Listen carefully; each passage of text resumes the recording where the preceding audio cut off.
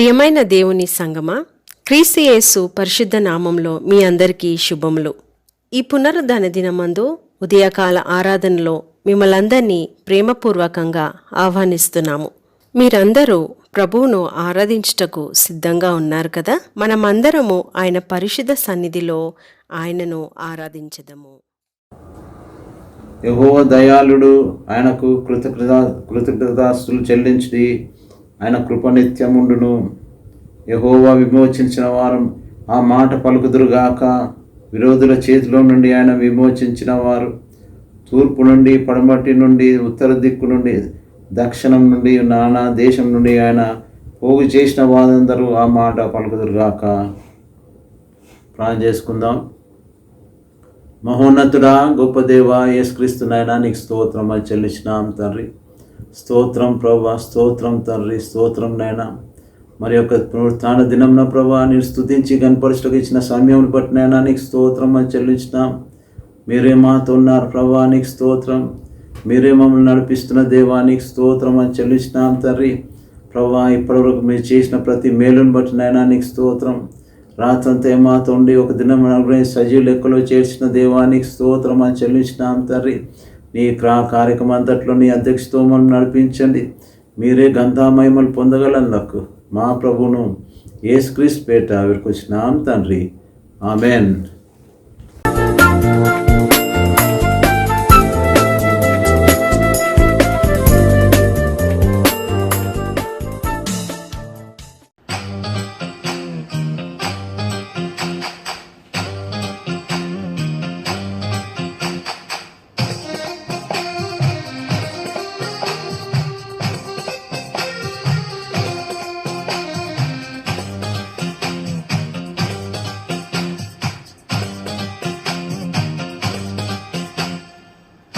దేవ సంస్తుతి చేయవే మనసా, శ్రీమంతుడగు యెహోవ సంస్తుతి చేయవే మనసా. దేవ సంస్తుతి చేయు మన జీవమాయే యెహోవా దేవుని భావనాన మమును తెంచుమా. నాయంతరంగము లో వసించు ను సమస్తమా.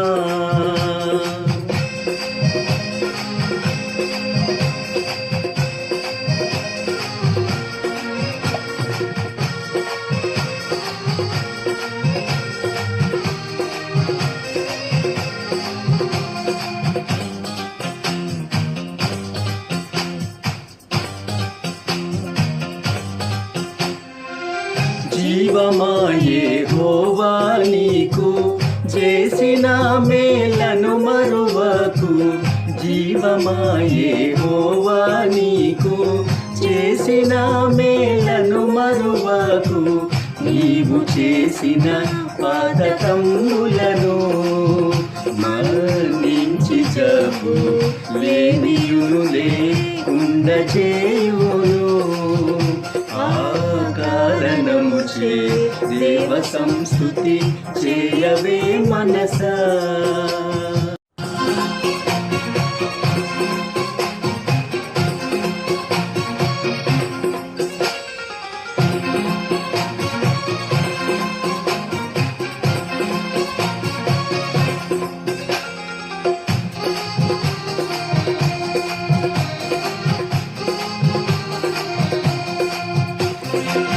యవ్వనంబు పక్షిరాజు యవ్వనంబు వలనే క్రోత.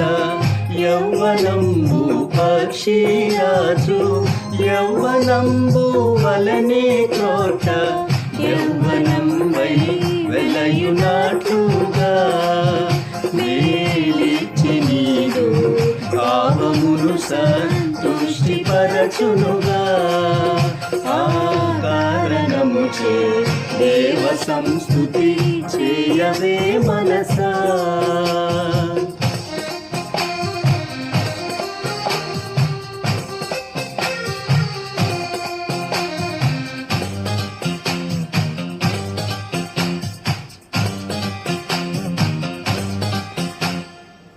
పడమటికి తూపెన్ ఎంత ఎడమో పాపములకు మనకు నంత పడమటికి తూర్పెంత ఎడమో పాపములకు మనకు నంత ఎడముగలుగా చేసి ఉన్నాడు. మన పాపములను ఎడముగానే చేసి ఉన్నాడు. ఆ కారణముచే దేవ సంస్తుతి చేయవే మనసా.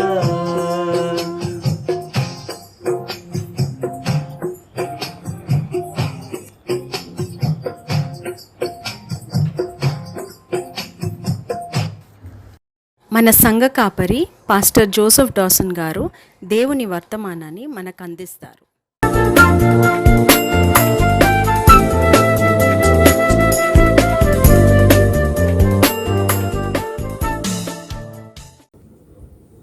ఇవాళ టాపిక్ ఏమంటే ఆత్మీయ చీకటి. ఆత్మీయ చీకటి, స్పిరిచువల్ డార్క్నెస్. అయితే మన స్పిరిచువల్ డార్క్నెస్ లేకుండా ఆత్మీయ చీకటి ఏ విధంగా ఉంటుందో మనం ఇప్పుడు గమనించబోతున్నాం. మనం ఆత్మీయ చీకటి అంటే మనం ఆత్మలో ఎంత ఎదిగినామో లేకుంటే చీకట్లు ఉన్నామా అని మనం తెలుసుకోబోతున్నాం. ఇది మీకా గ్రంథం 3వ అధ్యాయం 6వ వచనం చూద్దాం. మీకా గ్రంథం 3వ అధ్యాయం 6వ వచనం. మీకు దర్శనం కలగకుండా రాత్రి కమ్మును, సోదె చెప్పకుండా మీకు చీకటి కలుగును. ఇట్టి ప్రవక్తలకు సూర్యుడు కనబడకుండా అస్తమించును, పగలు చీకటి పడును అంటున్నాడు. స్పిరిచువల్గా వెనుక జారిన వాళ్ళు ఉంటే ఈ విధమైన చీకటి ఉంటుంది అని తెలుసుకోవాలి. దర్శనం కలగకుండా రాత్రి కమ్మును అంటున్నాడు. ఎప్పుడైతే మనం స్పిరిచువల్గా ఆత్మీయ రీతిగా ఎక్కువగా దేవుళ్ళు సమయం గడుపుతుంటామో మనకు అట్టి విధమైన మేలు కలుగుతుంది, లేకుంటే చీకటి ఉండదు మనలో. కానీ దేవునితో సమయం గడపకుండా మనము వెనుక జాన స్థితిలో ఉంటే మనకు ఆ చీకటి అనేది కమ్ముతుంటుంది అని మనం తెలుసుకోవాలి. మీకు దర్శనం కలగకుండా రాత్రి కమ్మును అంటున్నాడు, సోదె చెప్పకుండా మీకు చీకటి కలుగును అంటున్నాడు. దర్శనాలు అంటే కొందరు సోదె చెప్పేవారు ఉన్నారు. దినాము నాకు దేవుడు మాట్లాడిండు అని మాట్లాడతారు. కానీ దేవుడు మాట్లాడిండో లేదో మనం అర్థం చేసుకోవాలా. కొంతమంది నాకు దర్శనం వచ్చింది ఈ విధంగా మాట్లాడినంటాడు అన్న తర్వాత అది జరగకుండా అది అంటే అది అబద్ధమైపోతుంది అన్నమాట. కాబట్టి అటువంటి అబద్ధ ప్రవక్తలు కూడా ఉంటారని తెలుసుకోవాలి. నాకు ప్రవచనం వచ్చింది లేకుంటే నాతో దేవుడు మాట్లాడాడు అని అంటే చాలామంది ఆ యొక్క దేవుడు మాట్లాడిండో లేదో కానీ వాళ్ళు నాతో మాట్లాడినట్టు అవి నెరవేరకుండా మనం గమనించవచ్చు అన్నమాట. కాబట్టి రాత్రి కమ్ముతుంటే వాళ్ళు నాకు దర్శనం కలిగింది, నాకు వెలుగు కలిగింది అని మాట్లాడుతుంటారు. అందుకే ఏమంటుండ్రు, సోదె చెప్పకుండా చీకటి కలుగును. చాలామంది సోదె చెప్పినట్టే చెప్తా ఉంటారు. నాకు దేవుడు దర్శనం ఇచ్చిండు, దేవుడు నాతో మాట్లాడిండు, నాకు ఈ విధంగా చెప్పాడు అనే చెప్తారు. కానీ అది అంత అబద్ధం అని తెలుసుకోవాలి. నేను లాస్ట్ టైం ఈ ట్రంప్ ఎలక్షన్స్ అయినప్పుడు జనవరి ఎలక్షన్ ఆయన లాస్ట్ నవంబర్ ఎలక్షన్ అయినప్పుడు అందరు ఏమన్నారంటే ట్రంప్ మళ్ళీ గెలుస్తాడు అని అన్నారు. అంత చాలామంది అమెరికాలో ఉన్నోళ్ళు అన్నారు, మన ఇండియాలో ఉన్నోళ్ళు కూడా అన్నారు. కానీ ఆయన ఓడిపోయాడు. ఓడిపోతే మళ్ళీ ఒక మాట ఏమన్నా జనవరి 20th మనకు తెలుస్తుంది ఎవరు ప్రెసిడెంట్ అవుతారో అనేసి.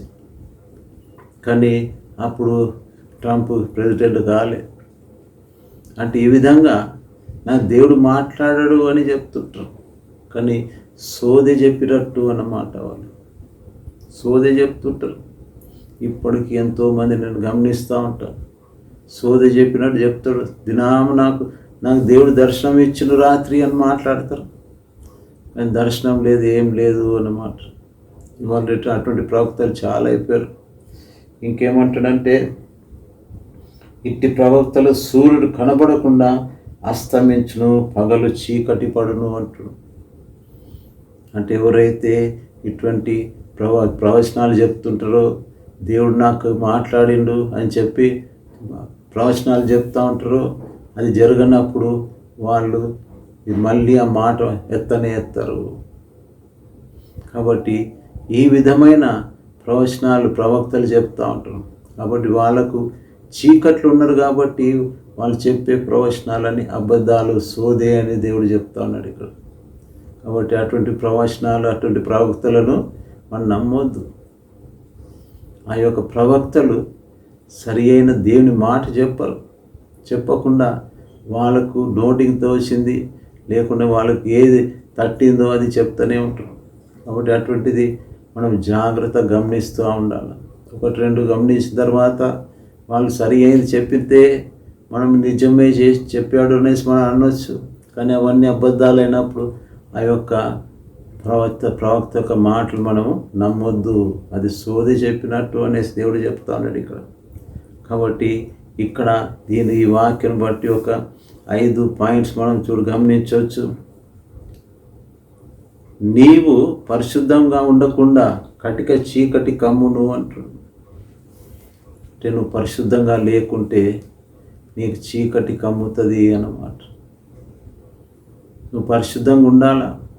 నువ్వు ప్రవచనాలు చెప్తున్నావు అంటే నువ్వు పరిశుద్ధత లేకుండా నువ్వు ఉన్నావంటే నీ ప్రవచనాలన్నీ అబద్ధమవుతాయి. నీ అన్నీ నాకు దేవుడు మాట్లాడాలనేది అబద్ధమైపోతుంది అన్నమాట. నీ ప్రవక్తలకు సూర్యుడు అస్తమించును, ఆ దినము వారికి చీకటి ఉండును అంటున్నాడు. సూర్యుడు అస్తమిస్తున్నాడు అంటే అర్థం ఏంటి? చీకటి కమ్ముకున్నది అన్నమాట. చీకటి కమ్ముకున్నది. చీకట్లో ఉన్నారు వాళ్ళు. చీకట్లో కమ్ముకొని సోదే చెప్పినట్టు చెప్తా ఉన్నారు. ఇక 3వ పాయింట్, దర్శకులు ఆ దినంన సిగ్గునందుదురు. వాళ్ళ ప్రవచనాలన్నీ అబద్ధమైనప్పుడు సిగ్గు కలుగుతుంది అన్నమాట. ఇంకోటి, ఆత్మీయంగా నడిచేవారు గందరగోళమైపోతారు అంటే ఆత్మీయంగా మేము నడుస్తున్నాం, దేవుడు మాతో మాట్లాడుతున్నాడు అనేసి కొన్ని ప్రవచనాలు చెప్పినప్పుడు జరగకుంటే వాళ్ళకు ఏం తోచని స్థితిలో ఉంటారు అన్నమాట. ఏం తోచని స్థితిలో ఉంటారు. ముఖం ఇతరులకు చూపెట్టిన రీతిగా అయిపోతుంది అన్నాడు. 5వది ఏమంటే, వారి ద్వారా దేవుని యొద్ద నుండి ఎటువంటి సమాచారం రాదు. వారితో దగ్గర దేవుడి నుంచి సమాచారం ఎటువంటిది రాదు అనేసి దేవుడు ఇక్కడ మనకు చెప్తా ఉన్నాడు. అంటే ఇటువంటి ఆత్మీయ చీకట్లు ఉన్నవారు చాలామంది ఉన్నారు అన్నమాట. ఆత్మీయ చీకట్లు ఉన్నారు. వాళ్ళంతా చీకట్లో ఉండి వాళ్ళు ఆ యొక్క సోదే చెప్పుకుంటా ఉంటారనేసి దేవుని వాక్యం చెప్తా ఉన్నది. అది యెషయా గ్రంథం 9వ అధ్యాయం 2వ వచనం చూద్దాం. యెషయా గ్రంథం 9వ అధ్యాయం 2వ వచనం.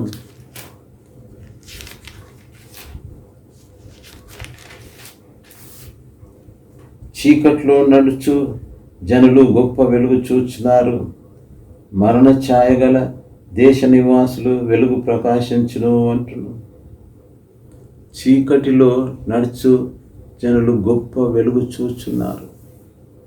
ఎవరైతే ప్రవచనాలు చెప్పక దేవుని భయభక్తులు కలిగి ఉన్నారో వాళ్ళు చీకట్లు ఉన్నప్పటికీ వాళ్ళకు వెలుగు కనబడుతుంది అన్నమాట. వెలుగులో వాళ్ళు చూస్తున్నారు. ఏం చూస్తారు? గొప్ప వెలుగు చూచున్నారు. చీకట్లో నడుచు జనులు అంటున్నారు. అంటే చీకట్లు నడిచినప్పటికీ నువ్వు దేవుని యొద్ద నీ యొక్క పాపము క్షమాపణ పొంది నీవు ఆ యొక్క క్షమాపణ అడిగిన తర్వాత నువ్వు చీకట్లు నడిచినప్పుడు కూడా నీకు ఆ వెలుగు కనబడుతుంది అనేసి చెప్తా ఉన్నాడు. చీకట్లో నడుస్తున్నామంటే మనం దేవునికి దూరంగా ఉన్నాము అని అర్థం. దేవుని దూరంగా ఉండి మనము ఆ యొక్క దేవునిలో లేక ఈ సోదె చెప్పుకుంటుంటే మనం చీకట్లో ఉన్నట్టే. కాబట్టి చీకట్లో ఉండి మనం పశ్చాత్తాపడి, ప్రభా నాకు తప్పైపోయింది, నన్ను క్షమించు అని దేవుని దగ్గర క్షమాపణ కోరినప్పుడు ఆ వెలుగు మనకు కనబడుతుంటుంది అనేసి. చీకట్లో నడుచు జనులు గొప్ప వెలుగు చూస్తున్నారు. మరణ ఛాయగల దేశ నివాసుల మీద వెలుగు ప్రకాశించును.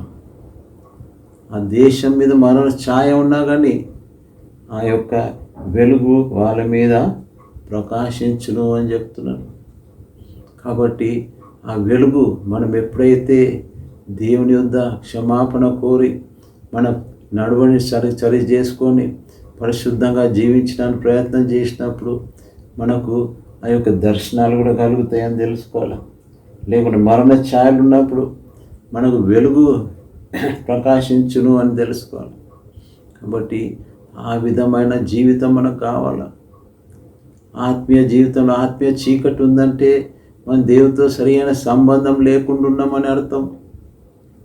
కాబట్టి దేవునితో సరైన సంబంధం పెట్టుకొని మనం నడుస్తుంటే ఆ దేవుడు మనకు ఎంత గొప్పగా దీవెనలు ఇవ్వగలడు, ఎంతో గొప్ప దీవెనలు ఇవ్వగలడు. కాబట్టి మనం చీకట్లో, ఆత్మీయ చీకట్లో నడవకుండా ప్రయత్నం చేయాలి. ఆత్మీయ చీకటి అంటే దేవునికి మనం దూరమైనప్పుడు, వెనుకజారిన స్థితిలో ఉన్నప్పుడు ఆత్మీయ చీకట్లో మనం ఉంటాం. చాలా మటుకు ఎంతోమంది చీకట్లో పడిపోతూ ఉంటారు, సైతాను శోధనలో పడిపోతూ ఉంటారు. అప్పుడు వాళ్ళు చీకట్లో ప్రయాణం చేస్తున్నారని అర్థం. కాబట్టి మనం సాతానుకు చోటు ఇచ్చినామంటే మనల్ని అది చీకట్లో నడిపిస్తూ ఉంటుంది. కాబట్టి సాతానుకు మనం చోటు ఇవ్వకుండా మనం జీవించాలనేసి దేవుడు చెప్తా ఉన్నాడు. కాబట్టి మత్తయి సువార్త 6వ అధ్యాయం 23వ వచనం చూద్దాం. మత్తయి సువార్త 6వ అధ్యాయం 23వ వచనం. నీ కన్ను చెడినదైతే దేహమంతయు చీకటిమయమై ఉండును. నీలోనున్న వెలుగు చీకటి ఉంటే ఆ చీకటి ఎంతో గొప్పది అంటున్నావు. నీ కన్ను చెడినదైతే నీ దేహమంతయు చీకటి అన్నమాట. ఇక్కడ శరీర రీతిగా మనం కన్ను చెడిపోతే ఆ యొక్క దేహం అంతా చీకటిమయమై ఉండును అంటున్నాడు. అట్లనే ఆత్మీయ జీవితంలో మనము కన్నులను పాడు చేసుకుంటే చీకటిలో ఉన్నట్టు మనం. అందుకే యోబు భక్తుడేమో నేను కన్నులతో నిబంధన చేసుకుని ఉన్నాను అంటాడు. నేను యవ్వనురాలను ఏ విధంగా చూడగలను అంటాడు. కన్యకను ఏ విధంగా చూడగలను నేను. కాబట్టి నేను నా కళ్ళతో నిబంధన చేసుకుంటున్నాను. మనం కూడా దైవ భక్తులు, దేవుని భయభక్తితో జీవించేవారు కన్నులతో నిబంధన చేసుకోవాలని మనకు కూడా దేవుడు ఆ యొక్క ఎగ్జాంపుల్ పెట్టిండనమాట. యోబును ఆ యొక్క ఎగ్జాంపుల్ పెట్టిండు మనకు. యోబు ఎన్నో కష్టాలు, ఎన్నో నెలలు ఆయన ఆ శ్రమ పడతాడు. ఆ శ్రమలో దేవుని ఎన్నడూ దూషించలే, దేవుని వ్యతిరేకమైన మాటలు మాట్లాడలే. అని యథార్థంగా జీవించడనేసి ఆ దేవుడే సాక్ష్యం ఇస్తున్న విషయంలో. యథార్థవంతులను, న్యాయవంతులను, భయభక్తులు కలిగి చెడుతనం విడిచిపెట్టిన వాడు అనేసి దేవుడే ఆయన గురించి విట్నెస్ ఇస్తాడు అన్నమాట. కాబట్టి ఆయన యథార్థంగా జీవిస్తూ ఉంటాడు. కాబట్టి ఆయన ఏమన్నాడు, నా కన్నులతోనే నిబంధన చేసుకున్నాను, కన్యకను ఎలా చూడగలను అనేసి అంటున్నాడు. అందుకే కన్నులతో మనం నిబంధన చేసుకుంటే ఇటువంటివి మనకు జరిగాయి అన్నమాట. నీ కన్ను చెడినదైతే దేహం అంతా చీకటిమయమై ఉండును అంటు. శరీర రీతి కన్ను చెడిపోతే జీవితం అంతా చీకటియే. అట్లనే నీ ఆత్మీయ జీవితంలో నీ యొక్క జీవితం చీకటిమయంలో ఉంటే, నీ కన్ను చెడినదైతే నీ యొక్క ఆ యొక్క దేహం అంతే అంటే జీవితం అంతే చీకటిమయమై ఉంటుంది అన్నమాట. చీకట్లో నువ్వు ప్రయాణం చేస్తూ ఉన్నావు. చీకట్లో ప్రయాణం చేస్తూ నీవు ఆ యొక్క చీకట్లో ఉండి దేవునికి దూరం అవుతూ ఉంటావు అన్నమాట. నీ దేహం అంతా చీకటిమయం ఉందంటే నీ యొక్క జీవితం అంతా చీకటిమయంలో ఉంటుంది. చీకట్లో నువ్వు సంచరిస్తుంటావు, చీకట్లో ఉంటావు. ఎంతోమంది భక్తులు ఆ యొక్క చీకటి లేని స్థితిలో జీవిస్తున్నారు. ఇప్పుడు కొందరైతే చీకట్లో నడుస్తున్నట్టు నేను గమనిస్తాను. ఎంతోమంది భక్తులు అంటే ఇప్పుడున్న వారు చీకట్లో నడుస్తూ ఉన్నారు. చీకటి అంటే దేవునికి దూరమై లోకరీతిగా ఉన్నారు. శరీర కోరికలను తీర్చుకునేవారు, శరీర ఆశలను తీర్చుకునేవారు చీకట్లో ఉంటారనేసి మనం అర్థం చేసుకోవాలి. శరీర కోరికలు, శరీర ఆశను తీర్చుకునేవారు చీకట్లో ఉంటారు అనేసి దేవుడు ఇక్కడ మనకు చెప్తా ఉన్నాడు. ఆ విధంగా అట్లనే నీలోనున్న వెలుగు చీకటి ఉంటే ఆ చీకటి ఎంతో గొప్పది. ఎప్పుడైతే మనం రక్షణ పొందినమో ఆ యొక్క దేవుని వెలుగు, యేసు ప్రభు యొక్క వెలుగు మనలోకి వస్తున్నది అని మనం తెలుసుకోవాలి. నేను లోకంలో వెలుగై ఉన్నాను అని యేసు ప్రభు చెప్పాడు.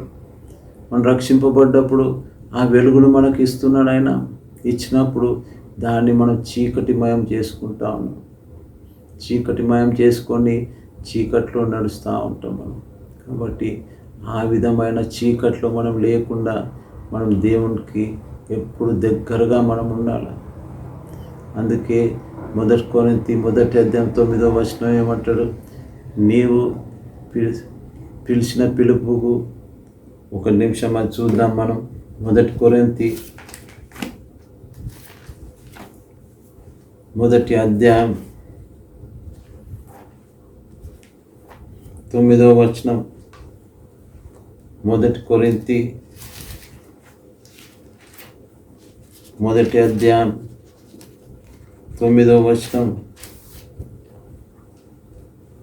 మన ప్రభువైన యేసు క్రీస్తును తన కుమారుని సహవాసం నాకు మిమ్మును పిలిచిన దేవుడు అంటారు. మన రక్షణ దేవుడు ఎందుకు ఇచ్చిందంటే యేసుక్రీస్తు మనం సహవాసం చేయాలా అన్నమాట. యేసుక్రీస్తు మనము సహవాసం చేయాలా. సహాయం చేయడానికి మనకు రక్షణలోకి దేవుడు నడిపించిండు, పిలుపునిచ్చిండు. పిలుపు ఏమంటే నువ్వు యేసు ప్రభుతో సహవాసం చేయాలి. రక్షింపబడ్డ తర్వాత నువ్వు యేసు ప్రభుతో సహవాసం చేయకుంటే నువ్వు చీకట్లో నడిచినట్టే. యేసు ప్రభుతో నువ్వు సహవాసం చేయకుండా చీకట్లో నడుస్తున్నావు. కాబట్టి యేసుతో మనం సహవాసం చేయాలి. చేసినప్పుడు మనం చీకట్లో కాక వెలుగులో ఉంటాము. అందుకే యేసు ప్రభు ఏమన్నాడు? మీరు లోకంలో వెలుగై ఉన్నారు అన్నాడు. ఎప్పుడైతే ఆయనతో మనం సహవాసం చేస్తుంటామో ఆ వెలుగులో మనం ఉంటాం. ఎప్పుడైతే సహవాసం చేయమో మనం ఆ వెలుగులో ఉండక చీకట్లో ఉంటాము అన్నమాట. కాబట్టి అటువంటిది జరగకుండా ఉండాలంటే మనం చీకట్లో సంచరించకుండా, చీకట్లో జీవించకుండా ఉండాలంటే యేసు ప్రభుతో సహవాసం చేయాలి. మనం యేసు ప్రభుతో సహవాసం చేసి ఉంటే ఆ వెలుగు, ఆయన వెలుగు మనలో ఉంటుంది అనేసి అర్థం చేసుకోవాలి. లేకుంటే ఆ వెలుగు ఉండదు మనకు. ఆయనతో సహవాసం చేయకుంటే వెలుగు ఉండదు. ఆయనతో సహవాసం చేస్తూ ఉండాలనేసి దేవుడు కోరుతా ఉన్నాడు. అందుకేమన్నాడు? మన ప్రభువైన యేసుక్రీస్తును తన కుమారుని సహవాసం నాకు మిమ్మును పిలిచిన దేవుడు నమ్మదగినవాడు. ఆయన నమ్మదగినవాడు. ఎట్లా మనం పిలిచిందంటే చెప్తున్నాడంటే మనను ఆయన కుమారుతో సహవాసం చేయడానికే పిలిచిన్నాడు మనల్ని. ఆ సహవాసంలో మనం ఉంటే అదెంతో గొప్ప దీవెన అని తెలుసుకోవాలి. కాబట్టి అటువంటి దీవెన కావాలంటే మనము దేవునితో నడుస్తూ ఉండాలి. దేవునితో సహవాసం చేస్తూనే ఉండాలి. సహవాసం చేసినప్పుడు ఆయన మనల్ని ఎప్పటి వెలుగులో ఉంచగలడు. మనం ఈ లోకరీతిగా స్నేహితులతో ఎన్నో గంటల సమయం గడుపుతూ ఉంటాం. కానీ అదే యేసు ప్రభువుతో మనం సమయం గడిపితే ఆ వెలుగు మనలో ఉంటుంది. ఆ చీకటి ఉండదు, ఆత్మీయ చీకటి ఉండదు. ఈ లోకరీతిగా చీకట్లో మనం ఉండము అన్నమాట. చీకటి అంటే అన్ని కష్టాలు, బాధలు, సమస్యలు అన్నమాట. చీకటి అంటే మనకు అన్ని వ్యతిరేకమైనవి జరుగుతుంటాయి అన్నమాట. వెలుగు అంటే వెలుగులో దేవుడు మనతో ఉన్నట్టు అనేసి మనం అర్థం చేసుకోవాలి. కాబట్టి అటువంటిది మనం వెలుగులో ఉండాలంటే యేసు ప్రభుతో మనం సహవాసం చేస్తుండాలి. ఎప్పటికీ ప్రతిరోజు ఆయనతో సహవాసం చేయాలి. చేసినప్పుడు ఆ వెలుగు మనలో ఉంటుంది. ఆ చీకటి మన నుంచి దూరం అయిపోతుంది. మనం రాత్రి అయినప్పుడు మనం లైట్ వేసుకుంటాం, ఇంట్లో వేసుకున్నప్పుడు చీకటి పారిపోతుంది. చీకటి మళ్ళీ రాదు. వెళ్తురున్నంతసేపు చీకటి రాదు, ఆ యొక్క గదిలోనికి రాదు. మళ్ళీ మనం లైట్ తీసేసినామంటే ఆ చీకటి వచ్చేస్తుంది. అట్లనే దేవునితో మనం సహవాసం చేస్తున్నంతసేపు, ఉన్నంత కాలము మనలో చీకటి అనేది ఉండదు. కానీ ఎప్పుడైతే ఆయన సహవాసంలో దూరం అవుతామో ఆ చీకటి మనలోకి వచ్చేస్తుంది. కాబట్టి మనం ఎప్పుడు దేవునితో రక్షింపబడ్డ వాళ్ళు ముఖ్యంగా దేవునితో సహవాసం చేస్తూనే ఉండాలి. యేసు ప్రభుతో సహవాసం చేస్తుంటే ఆ యొక్క చీకట్లో నడవక మనము వెలుగులో నడుస్తుంటాం అనేసి దేవుడు ఇక్కడ మనకు జ్ఞాపకం చేస్తూ ఉన్నాడు. అదే యోహాను సువార్త 1వ అధ్యాయం 5వ వచనం చూద్దాం. యోహాను సువార్త 1వ అధ్యాయం 5వ వచనం.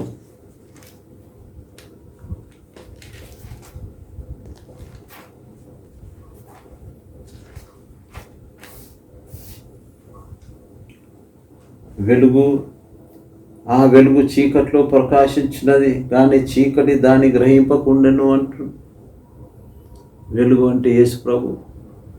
ఆ యేసు ప్రభు ఆ యొక్క వెలుగు మనకి ఇచ్చేవాడు అన్నమాట. ఆ వెలుగు ప్రకాశిస్తున్నది, కానీ చీకటి దాన్ని గ్రహింపకుండెను. యేసు ప్రభులో ఆ చీకటి లేదు. చీకటి మనుషులలో ఉన్నది, కానీ యేసు ప్రభు ఎక్కడున్నాడో అక్కడ చీకటి అనేది ఉండదు. కాబట్టి అటువంటిది ఆ దేవుడు మనకి ఇవ్వాలని ఎంతో ఆశపడుతూ ఉన్నాడు. అందుకేమన్నాడు, ఆ వెలుగు చీకట్లో ప్రకాశించినది, కానీ చీకటి దాన్ని గ్రహింపకుండెను. మనుషులు యేసు ప్రభుని అర్థం చేసుకోలేకపోతున్నారు. క్రిస్టియన్స్ కూడా సరైన విధంగా అర్థం చేసుకోలేకపోతున్నారు. కొన్నిసార్లు వాక్యం చెప్పినప్పుడు సరైన విధంగా అర్థం చేసుకోలేని స్థితిలో ఉన్నారు కొంతమంది క్రైస్తవులు. ఇంకా అన్యులైతే, క్రైస్తవేత్తలు అయితే అస్సలే అర్థం కాదు వాళ్ళకు. కాబట్టి ఆ యొక్క వెలుగు మనకు చీకట్లో ఉండి వెలుగును, ఆ వెలుగు మనం చీకట్లో ఉన్నా కానీ మనను ఆ యొక్క వెలుగు మనల్ని చీకటి నుంచి బయటికి తీసుకొని వస్తుంది అని తెలుసుకోవాలి.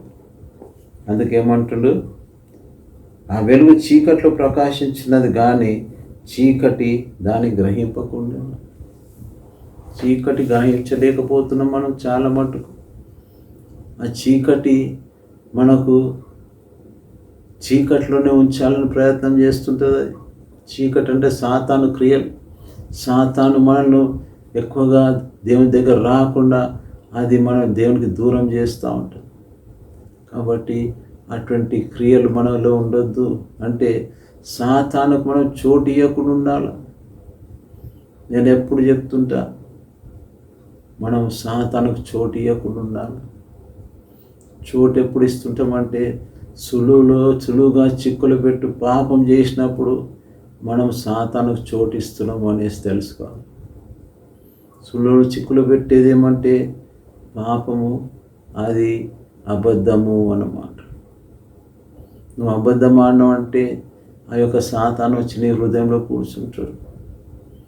ఆజ్ఞాతిక్రమమే పాపం అని యాకోబు భక్తుడు చెప్తా ఉంటారు, యాకోబు పత్రికలు రాసిండు,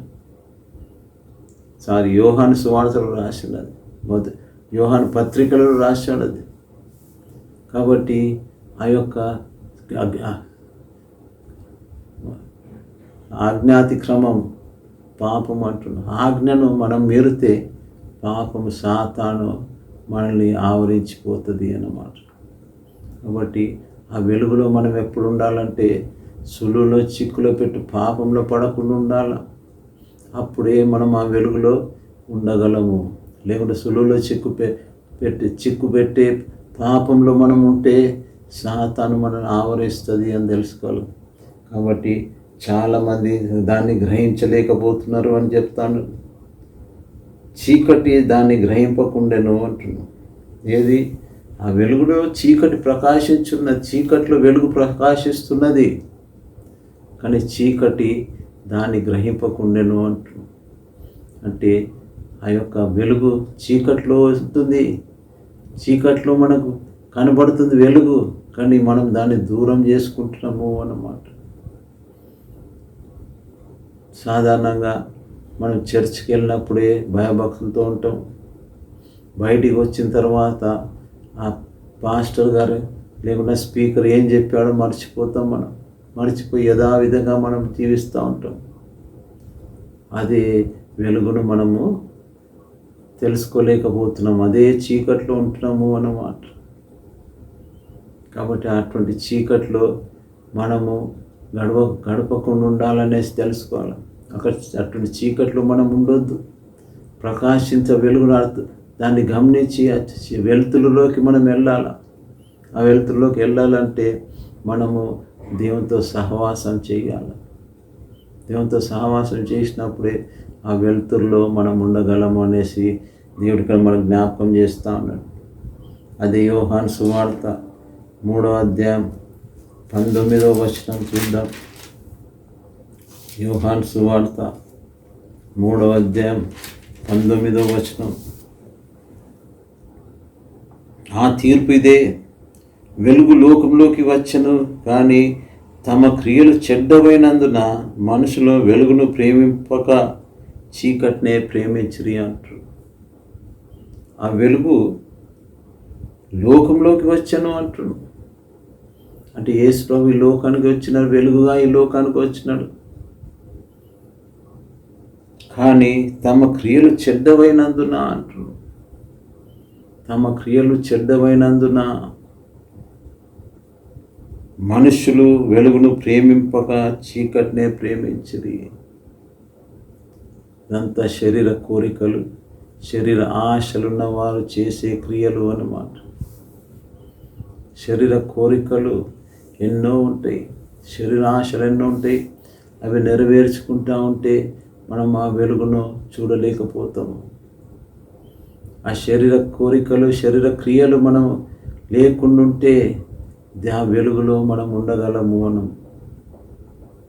కాబట్టి ఆ యొక్క శరీర కోరికలను, శరీర ఆశలను మనం చంపేయాలనేసి దేవుడు చెప్తాడు.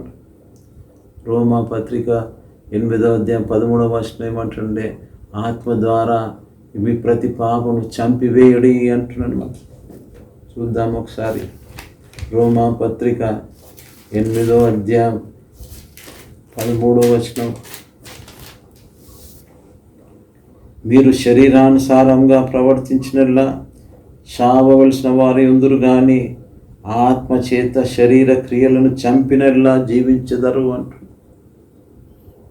ఆత్మచేత మన శరీర క్రియను చంపాలనేసి దేవుడు ఇక్కడ కోరుతాను. కాబట్టి అటువంటిది ఆత్మచేత మన శరీర క్రియలను, శరీర ఆశలను మనం చంపాల. చంపినప్పుడే ఆ వెలుగులో మనం ఉండగలము. లేకుంటే శరీరానుసారం ప్రవర్తనలా చావవలసిన వారే ఉందరు. అంటే చావవలసిన వారే ఉందరు అంటే నరకం వెళ్తారు అనేసి నాకు అర్థమవుతుంది. ఇక్కడ నరకం వెళ్తాం మనం శరీర క్రియలతో, శరీర ఆశలతో మనం ఉంటే. కాబట్టి నరకానికి వెళ్ళకుండా ఉండాలంటే నా శరీర ఆశలను, శరీర కోరికలను మనం ఆత్మచేత చంపవలసి ఉన్నది అంటారు. ఎప్పుడైతే నీలో ఆత్మ ఉన్నప్పుడు, దేవుని ఆత్మ నీలో ఉన్నప్పుడే నువ్వు శరీర క్రియలను నువ్వు దాన్ని చంపగలవు అన్నమాట. లేకుంటే నువ్వు చంపలేవు. ఆత్మ చేత మనం నడిపించబడాల, ఆత్మతో మనం ఉండాల. ఆత్మ మనలోకి రావాలంటే ఆ యేసు ప్రభు దగ్గర మన పాపములన్నీ ఒప్పుకోవాలి. మనం పాపములన్నీ ఒప్పుకున్నప్పుడు మనల్ని పవిత్రపరుస్తాడు అనేసి వాక్యం చెప్తా ఉన్నది. ఆత్మచేతను శరీర క్రియలను చంపాలంటే నీలో ఆత్మ ఉండాల. ముందు నీలో ఆత్మ ఉండాలంటే నీ యొక్క పాపములన్నీ క్షమించబడాల. పాపములన్నీ క్షమించబడ్డప్పుడే ఆ యొక్క ఆత్మ నీలో ఉండగలదు. పాపంలో ఉండి పరిశుద్ధాత్మ రమ్మంటే ఎక్కడ జీవిస్తుందో వచ్చి సాతానుతో జీవించలేదు. 2 కత్తులు ఒక వరలో ఉండలేవు అనేసి వాక్యం చెప్తున్నది. కాబట్టి ఆ యొక్క ఒక వరలో ఒక కత్తి ఉండగలదు. అట్లనే మన హృదయంలో ఉంటే దేవుడు ఉండాలా, లేకుంటే సాతాను ఉండాలా.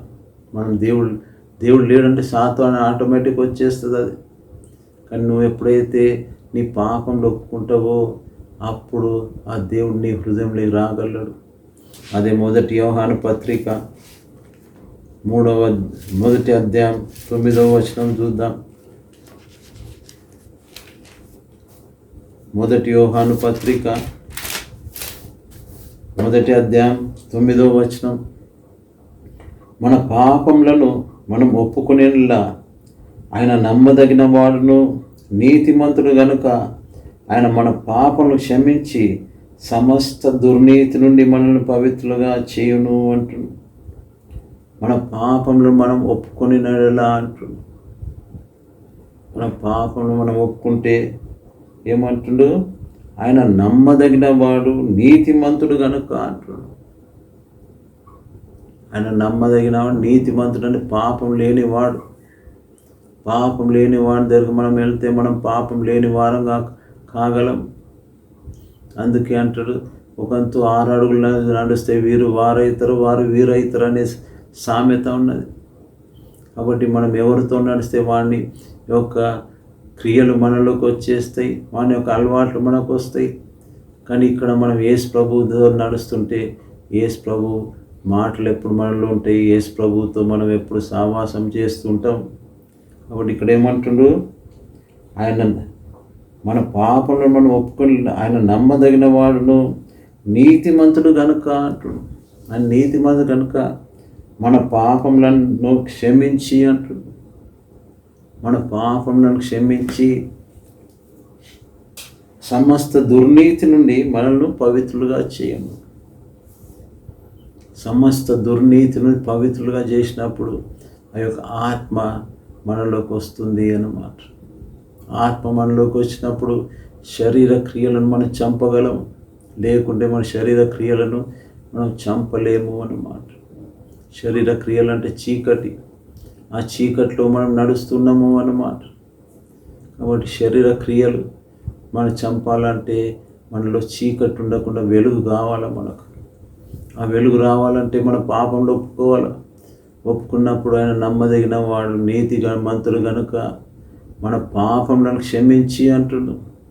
పాపం క్షమించి సమస్త దుర్నీతి నుండి మనల్ని పవిత్రులుగా చేయును అంటుడు. అదే ఒక వెలుగు అన్నమాట. వెలుగు మనలోకి వస్తుంటుంది. ఆ యొక్క పాపంలో మనం క్షమించబడకుంటే ఆ వెలుగు మనలోకి రాదు. కాబట్టి పాపంలో మనం ఒప్పుకుంటేనే ఆ వెలుగు మనలోకి వస్తుంది. ఆత్మ కూడా మనలో జీవిస్తుంటుంది. అప్పుడు ఆత్మ పరిశుద్ధాత్మ మనం జీవించినప్పుడు శరీర క్రియలను మనం ఆత్మ ద్వారా చంపగలము, లేకుంటే మనం చంపలేము అనేసి తెలుసుకోవాలి. కాబట్టి అది మనం చీకట్లోనే ఉంటాము అంటున్నాం. అందుకే మళ్ళీ యోహాను సువార్తకి వెళ్తే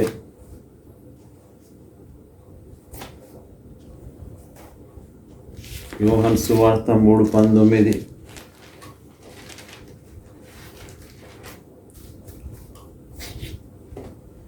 ఏమంటారు? ఆ తీర్పు ఇదే, వెలుగు లోకంలోకి వచ్చెను, కానీ తమ క్రియలు చెడ్డవైనందున మనుషులు వెలుగును ప్రేమించగా చీకటినే ప్రేమించురి. ఆ వెలుగు మనలో జీవించడానికి పరలోకం విడిచిపెట్టి ఈ లోకానికి వచ్చిన, కానీ అది మనం గుర్తుపట్టలేక మనం ఏం చేస్తున్నాం అంటే తమ క్రియలు చెడ్డవైనందున అంటాడు. మన క్రియలు శరీర రీతిగా, శరీర కోరికలతో, శరీర ఆశలతో ఉన్నప్పుడు ఆ శరీరం యొక్క క్రియలను బట్టి మనము దేవునికి దూరం అయిపోతూ ఉంటాం.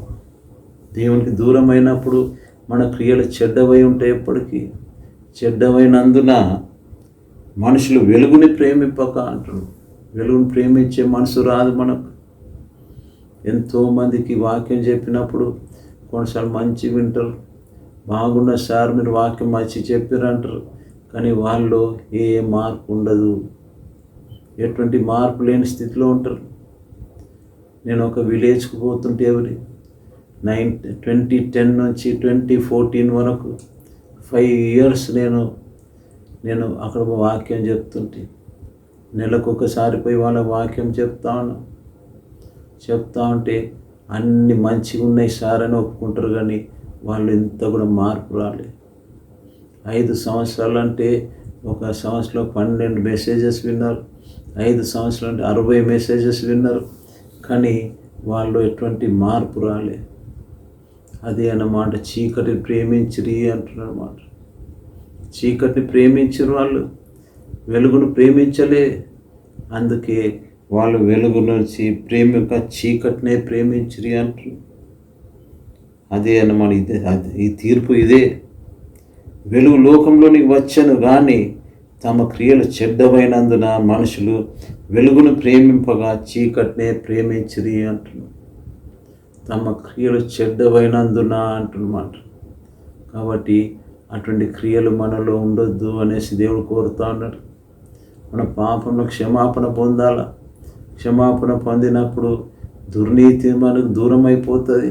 అప్పుడు మనం వెలుగును ప్రేమించేవారుగా ఉంటాము. లేకుంటే మనం చీకటినే ప్రేమించేవారుగా ఉంటాం. చీకటి ప్రేమించినప్పుడు మన అంతం ఎక్కడ అంటే నరకము అన్నమాట. నరకం ఉంటుంది మన అంతం. నువ్వు ఎటువంటి క్రైస్తవునే కావచ్చు, పాప క్షమాపణ లేకుంటే మనకు పరలోకం లేదు. అన్యులకైనా అదే రూలు, క్రైస్తవులకైనా అదే రూల్ అన్నమాట. నువ్వు రక్షింపబడాలా, నీ యొక్క పాపములు క్షమించబడాలా, అప్పుడే నీకు ఆ పరలోకం ఉన్నది. లేకుండా పరలోకం లేదు అని తెలుసుకోవాలి. అంటే మనం చీకటిని ప్రేమించే వారుగా ఉండిపోతాం. చీకటిని ప్రేమించినామంటే మనం నరకమే మన అంతము అన్నమాట. కాబట్టి నువ్వు చీకటిని కోరుకుంటావా, వెలుగును కోరుకుంటావా, నీ చేతిలో ఉన్నది అది. కాబట్టి నీ ఇష్టానుసారంగా నువ్వు కోరుకో అనేసి దేవుడు ఇక్కడ చెప్తాడు. రోమీయులకు రాసిన పత్రిక 13వ అధ్యాయం 12వ వచనం చూద్దాం. రోమీయులకు రాసిన పత్రిక 13వ అధ్యాయం 12వ వచనం.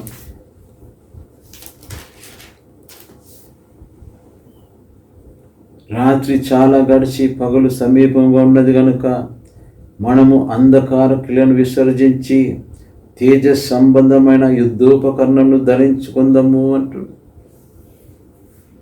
చాలా రాత్రి గడిచి పగలు సమీపంగా ఉన్నది గనుక అంటాడు. అంటే మనము ఆ యొక్క దేవుని రాకడ దగ్గర ఉన్నది అనేసి చెప్తాము. దేవుని రాకడ సమీపంగా ఉన్నది కాబట్టి పగలు రాత్రి చాలా గడిచి పగలు సమీపంగా ఉన్నది అంటున్నాడు. అంటే రెండో రాకడ కూడా సమీపంగా ఉన్నాం మనం.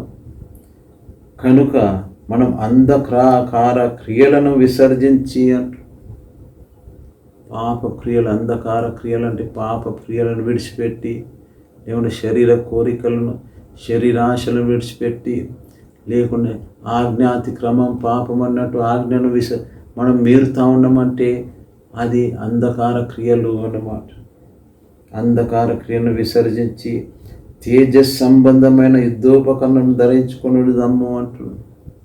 తేజస్ సంబంధమైన వెలుగు సంబంధమైన యుద్ధోపకరణం అంటే ఎఫెసీలకు రాసిన పత్రికలో 6వ అధ్యాయంలో ఉంటుంది. యుద్ధోపకరణం ఏంటో అవన్నీ మనం తేజస్ సంబంధమైన యుద్ధోపకరణం ధరించుకోవాలనేసి దేవుడు ఇక్కడ చెప్తా ఉన్నాడు మనకు. కాబట్టి అంధకార క్రియలు మనం విడిచిపెట్టాలి. చీకట్లో ఉన్నామని అర్థం చేసుకోవాలి. చీకటి వెలుగులో మనం ప్రవేశించాలని, వెలుగును ప్రేమించాలి. మనం అంటే యేసు ప్రభువుని ప్రేమించే మనసు మనకు కావాలి. యేసు ప్రభువుని మనం ప్రేమించే మనసు మనకుంటే అంధకార క్రియలు మనలో ఉన్నాయి అన్నమాట. చీకటి మనలో ఉండదు. కాబట్టి యేసు ప్రభువుని ప్రేమించినప్పుడు మనం వెలుగును ప్రేమించినట్టే. వెలుగును ప్రేమిస్తున్నామంటే చీకటి మనలో ఉండదు. కాబట్టి ఆత్మీయ చీకటి ఎంత డేంజరో మనం తెలుసుకోవాలి. అదే ఇంకేమంటాడు ఎఫెసీ గ్రంథం 5వ అధ్యాయం 8వ వచనం చూద్దాం. ఎఫెసీ గ్రంథం 5వ అధ్యాయం 8వ వచనం, మీరు పూర్వమందు చీకటై ఉంటుంది, ఇప్పుడైతే ప్రభువునందు వెలుగై ఉన్నారు అంట. పూర్వమందు మీరు చీకటి అయి ఉన్నారు. నువ్వు పాపంలో ఒప్పుకున్నప్పుడు నువ్వు చీకట్లో ఉన్నావు అనేసి అర్థం చేసుకోవాలి. నువ్వు పాపంలో ఒప్పుకున్నాక ఆయన పాపం క్షమిస్తే నువ్వు వెలుగులో ఉన్నావు అనేసి తెలుసుకోవాలి. ఎప్పుడైతే ప్రభువునందు వెలుగై ఉన్నారు అంటు, ఎప్పుడైతే మన పాపం క్షమించబడ్డాయో ప్రభువునందు వెలుగుగా ఉన్నాం.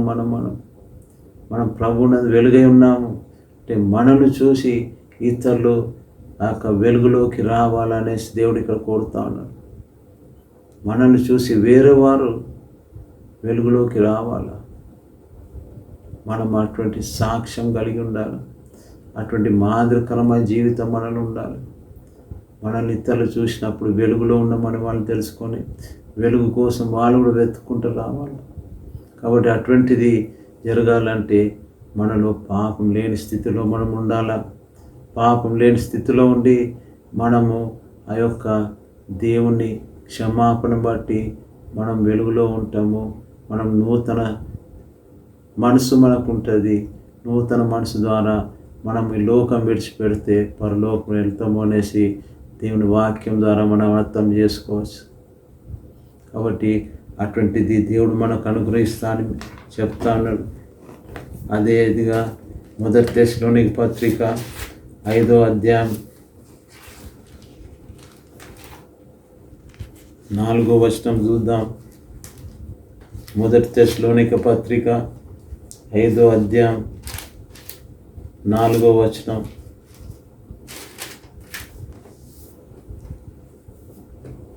సహోదరులారా, ఆ దినము దొంగ వలె మీ మీదకి వచ్చుటకు మీరు చీకట్లున్నవారు కారు అంటున్నారు. ఆ దినం అంటే ఏ దినము? రెండవ రాకడకు ఆయా దొంగ వలె వస్తానని మీరు చెప్పినట్టుగా మనకు తెలుసు. కానీ మీరు చీకట్లున్నవారు కాదంటూ మీ మీద వచ్చుటకు, ఆ దినం దొంగ వలె మీ మీదకి వచ్చుటకు మీరు చీకట్లున్నవారు కాదు. అంటే మనం ఎప్పుడైతే వెలుగులో ఉన్నామో ఆ దేవుని రాకడ కూడా మనకు దేవుడు తెలుపుతుంటాడు అనేసి అర్థం వస్తున్నది ఇక్కడ. కాబట్టి ఆ యొక్క దీవెన మనకు దొరుకుతుంది అన్నమాట. ఎప్పుడైతే మనం వెలుగులో ఉంటామో దేవుని రాకడ కూడా మనకు అర్థం చేసుకోవచ్చు. ఈ యొక్క ప్రవచనాల ద్వారా దేవుడు ఎప్పుడు వస్తారో మనం అర్థం చేసుకోవచ్చు. కాబట్టి మీరు చీకట్లో ఉంటే ఆయన దొంగ వల్ల వస్తే మీకు అర్థం తెలియదు. కానీ ఎప్పుడైతే మీరు వెలుగులో ఉంటారో అప్పుడే దేవుడు వచ్చేది కూడా మనకు అర్థమవుతుంది అనేసి దేవుడు ఇక్కడ మనకు జ్ఞాపకం చేస్తూ ఉన్నాడు. కాబట్టి నీకు వెలుగు కావాలన్నా చీకటి కావాలన్నా నువ్వే ఆలోచన చేసుకో. చీకట్లో ఉంటే సాతాను క్రియలు అది స్ట్రేట్ నరకాన్ని తీసుకెళ్తుంది. వెలుగు సంబంధులు అంటే వెలుగు నీలో ఉంటే నీవు ఆ యొక్క దేవుల్లో ఉంటావు, అది పరలోకంలోకి తీసుకెళ్తుంది నేను. కాబట్టి అటువంటి కృప దేవుడు మనకు అనుగ్రహించాలని ప్రార్థన చేసుకోండి. మన పాపం క్షమించమని ప్రార్థన చేసుకోండి. ప్రతి ఒక్కరి వాక్యం విన్నవారు రక్షింపబడకుంటే వాళ్ళు ఈ యొక్క వాక్యంను జ్ఞాపకం చేసుకొని చీకట్లు ఉన్నామా వెలుగులో ఉన్నామా అని మనం ఆలోచన చేసి మన పాపం క్షమించమని అడిగితే మనం వెలుగులో జీవించగలం, దేవునితో జీవించగలం, యేసు ప్రభుతో మనం సహవాసం చేయగలం. అప్పుడు మనకు పరలోకం గ్యారంటీ అని తెలుసుకోవాలి. ఇప్పుడు చీకట్లు ఉంటే మాత్రం నరకమే మనకు. కాబట్టి వెలుగులో జీవించాలంటే యేసు ప్రభు మనలో ఉండాలి. యేసు ప్రభు మనలో ఉన్నప్పుడే ఆ యొక్క చీకటి ఉన్నది. ఆత్మీయ చీకటి చాలా చెడ్డది అన్నమాట. చాలా ఆ చీకటి గొప్పది అంటున్నాను వాక్యం. ఆ చీకట్లో మనం లేకుండా వెలుగులో ఉండి ఆ యొక్క దేవునితో సహవాసం చేసినామంటే, యేసు ప్రభుతో సహవాసం చేస్తే మనం ఎప్పటికీ వెలుగులో ఉండి మనం ఈ లోకం విడిచిపెట్టినప్పుడు మళ్ళీ అక్కడ పరలోకంలో ఆయనతో సహవాసం చేస్తాము, లేకుంటే సంచరిస్తాము అనేసి ప్రకటన గ్రంథం 3వ అధ్యాయంలో ఉన్నది. కాబట్టి ఆయనతో మనం సంచరించాలంటే ఇక్కడ మనకు ప్రాక్టీస్ కావాలా. పరలోకంలో ఆయనతో మనం సంచరించాలంటే ఇక్కడ ప్రాక్టీస్ ఉండాలంటే ఇక్కడ మనం రక్షింపబడి ఉండాలి. ఆయనతో సహవాసం చేసినప్పుడే మనం పరలోకంలో ఆయనతో సంచరించగలము, లేకుంటే పరలోకంలో సంచరించలేము. కాబట్టి దేవుడు మనం అర్థం చేసుకోవాలి. చీకట్లో ఉన్నామా వెలుగులో ఉన్నామా అని మనం పరీక్ష చేసుకొని మనము వెలుగులో నడిస్తే దేవుడు గొప్పగా మనం దీవించగలడు. కాబట్టి అందరూ ఎవరిది వారు పరీక్ష చేసుకొని వెలుగులో నడిస్తే దేవుడు ఎంతగానో మేము దీవించగలడు. ఈ లోకంలో దీవెనలు ఉంటాయి. వచ్చే లోకంలో అంటే రాబోయే లోకం అంటే లోకం విడిచిపెట్టిన తర్వాత ఎటువంటిది ఉంటుందో అప్పుడు మనం ఇక్కడ తెలుసుకోవచ్చు అన్నమాట. కాబట్టి దేవుడు అట్టి కృప మనకు అనుగ్రహించిన గాక. ఆమెన్.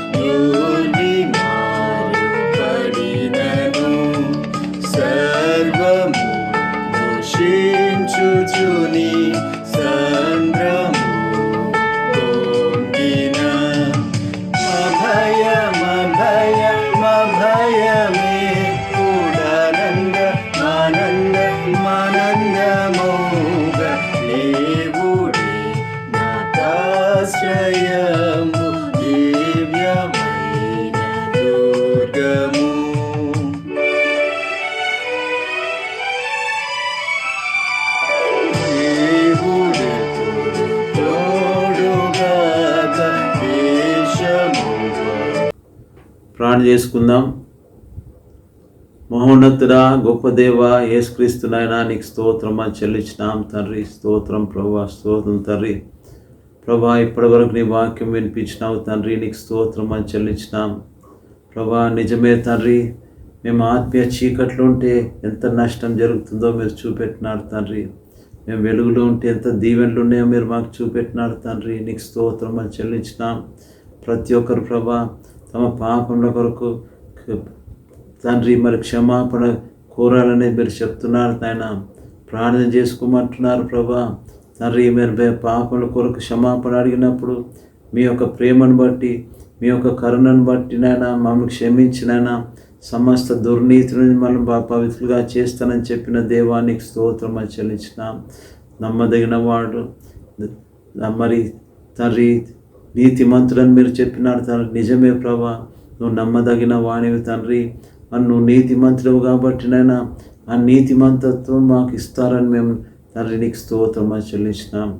నీతిలో మేము జీవించాలని, నీతో మేము జీవించినప్పుడు నీతిలో మేము జీవిస్తామని మాకు వాక్యం ద్వారా తెలిపినారు తండ్రి. నీకు స్తోత్రం చెల్లించినాం.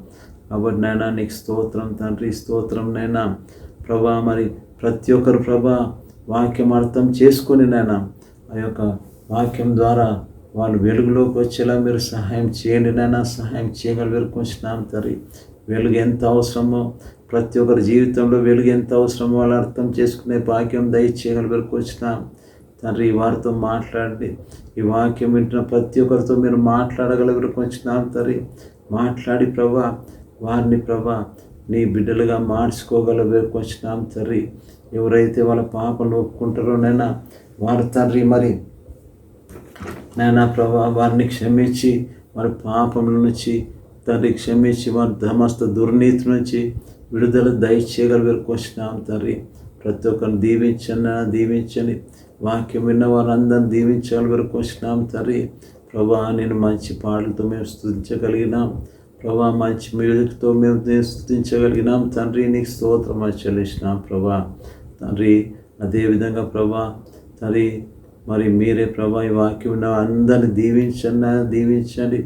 వారికి ఏ అవసరతలు ఉన్నాయో మీకు తెలుసున్నాయినా, అవసరతలను తీర్చగలిగినాం తండ్రి. అవసరం తీర్చగలిగినాం ప్రభా తండ్రి. అనారోగ్యతున్న వారు ముట్టండి ప్రభా, ముట్టండి తండ్రి. ముట్టి స్వస్థపరచండి అయినా, ముట్టి స్వస్థపరచండి. మరి ముఖ్యంగా ఈ కరోనా టైంలో ప్రభా ఎంతోమంది తండ్రి ప్రాణాపాయం నుండి ప్రాణం కోల్పోతున్నారు నైనా ప్రభా. వారందరి విషయంలో నడుకున్నాం. మీ చిత్తం అయితే అటువంటి వారిని ముట్టి స్వస్థపరచండి అయినా, ముట్టి స్వస్థపరచండి. ఎంతోమంది రక్షణ లేకుండా ప్రభా ఈ లోకం విడిచిపెట్టిపోతున్నారు నైనా. అటువంటి వారి విషయంలో నడుకున్నాం ప్రభా. రక్షణలోకి నడిపించండి అయినా, రక్షణలోకి నడిపించినైనా వారిని కాపాడగలిగినాం తండ్రి. వారిని రక్షణలోకి నడిపించినైనా నీ బిడ్డలుగా మార్చుకోగలిగినాం తండ్రి ప్రభా. ఇంకా తండ్రి మరి కుటుంబ సమస్యతో ఉంటే కుటుంబ సమస్యను తీర్చండి ప్రభా. ఈ కరోనాను బట్టి ఎంతోమంది డ్యూటీస్ కోల్పోయినారు ప్రభా.